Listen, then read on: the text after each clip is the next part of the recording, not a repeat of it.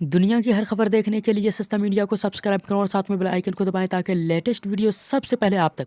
दोस्तों, जो social media पर कर्नाटका सरकार का जो जुल्म मुसलमानों पे ढाया जा रहा है, एक कॉलेज के अंदर हिजाब पहनकर नहीं आ सकते, देश की संसद के अंदर भगवा पहन के आ सकते हैं, देश की विधानसभा में भगवा पहनकर आ सकते हैं, कोई भी कैसा भी कपड़ा पहन के आए, किसी को जिसको अपना मौखिक अधिकार है। पर ये एक जो सरकार के जरिए जो षड्यंत्र रचा जा रहा है मुसलमानों के खिलाफ, मुसलमान जो हमारी बहनें हैं कॉलेज के अंदर आती है वो हिजाब पहनकर आती है।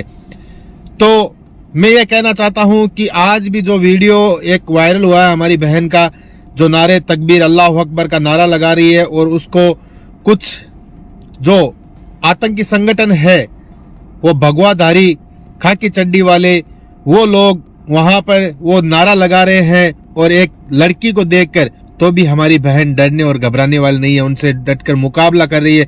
पर दोस्तों, मैं आपसे कहना चाहता हूं कि देश के अंदर मुसलमानों के प्रति, हिंदू और मुसलमानों के अंदर इतना नफरत फैला दी गई है, इतना जहर घोल दिया गया है कि वो लोग तो सोचते हैं कि ये हिंदुस्तान हमारे बाप की जागीर है, ये हिंदुस्तान सबका है, जितना तुम्हारा है उतना ही हमारा है और जितने ही तुम हिंदुस्तान के शहरी हो उतने ही हम हैं।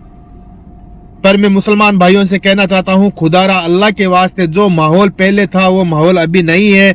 एक जाजम एक प्लेटफार्म पर आइए, मत लड़िए आपस में, मत लड़िए पार्टियों के चक्कर में, मत करिए अपने समाज का बंटवारा, मत करिए कांग्रेस, बीजेपी, सपा या किसी भी पार्टी के जरिए। एक प्लेटफार्म पर आकर आप मजबूत बनिए। अगर आप होगे, आप संसद में, विधानसभाओं में अपनी कौम के लिए आवाज उठाओगे तो आपकी कौम की आवाज सुनी जाएगी, सड़कों पर, चौराहे पर नहीं सुनी जाएगी।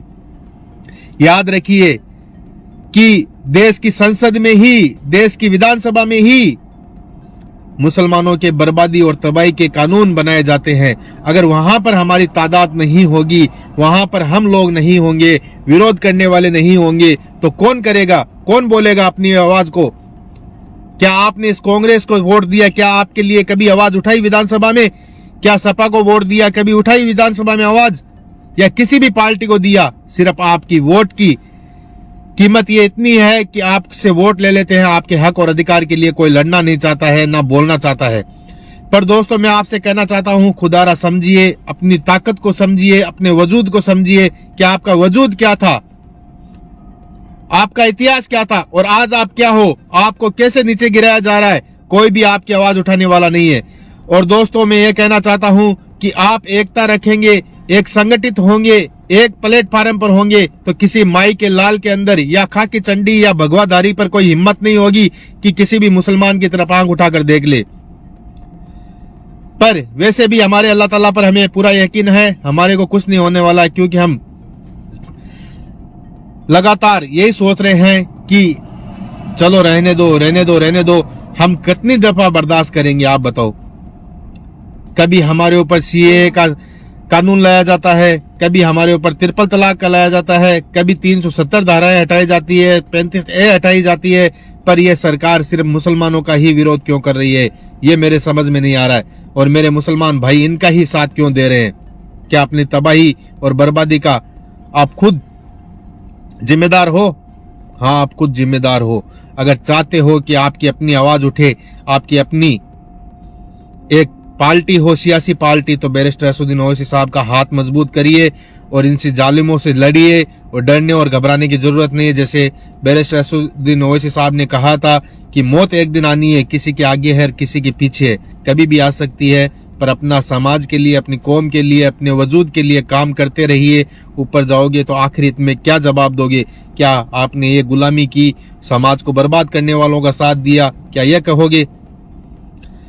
वीडियो को ज्यादा से ज्यादा शेयर करो, ग्रुपों में शेयर करो और बताओ कि डरने और घबराने वाला मुसलमान नहीं है। ये 2 कौड़ी के जो भगवाधारी, जो गमछा डाल के उधर कॉलेज के अंदर जो नारे लगा रहे थे, उनको ये कहना चाहता हूं, तुम्हारी औकात नहीं है हमारा मुकाबला करना, या तुम्हारी औकात नहीं है